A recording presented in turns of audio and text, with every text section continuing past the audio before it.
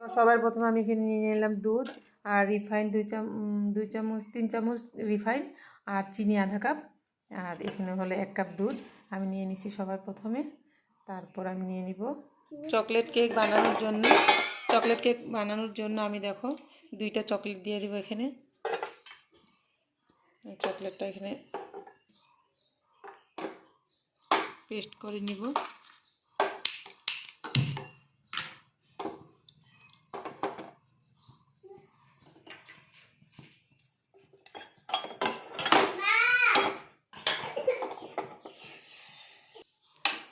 এখন এই ক্রিমটা আমি এখানে ঢেলে দিব।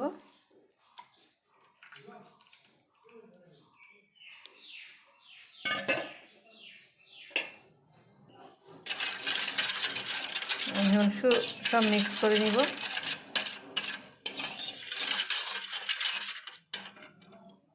তারপর আমি এখানে নিয়ে নিলাম 1 কাপ আটা, আর এখানে আধা চামচ পরিমাণ আমি নিয়ে নিব বেকিং সোডা।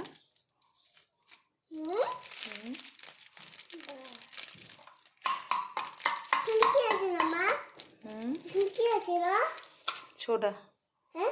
আর আমি নিয়ে নেব 1 চামচের মতন বেকিং পাউডার। নিয়ে নিলাম 1 চামচ বেকিং পাউডার। বন্ধ করো এটা। তারপর আমি এটা পুরো ছেঁকে নেব চালনি দিয়ে। এখন আমি এই আটাটা মিক্স করে দিব।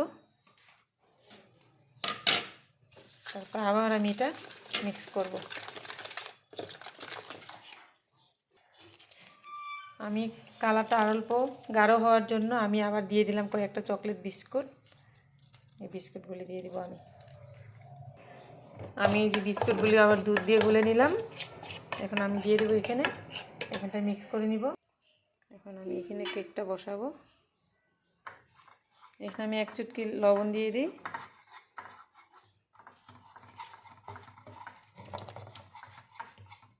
তুমি দিবা? দাও। দাও দাও। এই তো হয়েছে, দাও এখন আমি দিই। হয়েছে, এখন আমি দিই। আমি বানানোর জন্য আমি দিয়ে দিয়েছিলাম, কিন্তু আজকে কি হয়েছে জানি না, সারাদিন কারেন্ট নাই কারেন্ট না থাকার জন্য পরে আমি আবার এটা থেকে রিটার্ন করতে হলো। এটা থেকে চেঞ্জ করলাম। কেক ফুলবে না। তারপরে আমি সসপ্যানে দিয়ে আবার কড়াইতে গ্যাস জ্বালিয়ে ওখানে দিয়ে আমি এখানে আমি এত কষ্ট করে আমি বাটিগুলা দিয়ে তারপরে কাগজ কেটে সব সাইডে ফেলাইবে না। কিন্তু হলো না। তারপর দেখো আমি যে সসপ্যানে দিয়ে আমি গ্যাসে বসিয়ে কড়াইতে লবণ দিয়ে তারপরে কেকটা হলো ফাইনালি। তারপরে গ্যাসটা অফ করে দিলাম। তারপরে দেখলাম কেকটা আমি দিয়ে কেকটা হয়ে গেছে। কেকটা কাছে থাকে না, কেকটা হয়ে গেছে।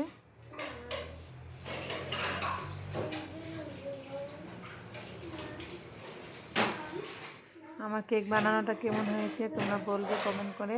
ভালো লাগলে লাইক কমেন্ট করবে।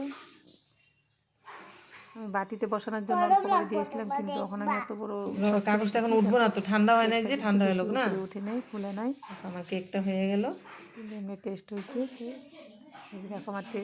এই যে দেখো আমাদের কেক খাওয়ানি বসে আছে খাওয়ার জন্য। ওর জন্য পুরা ডিমান্ড আজকে, এখনই লাগে এইটা দেখাবো।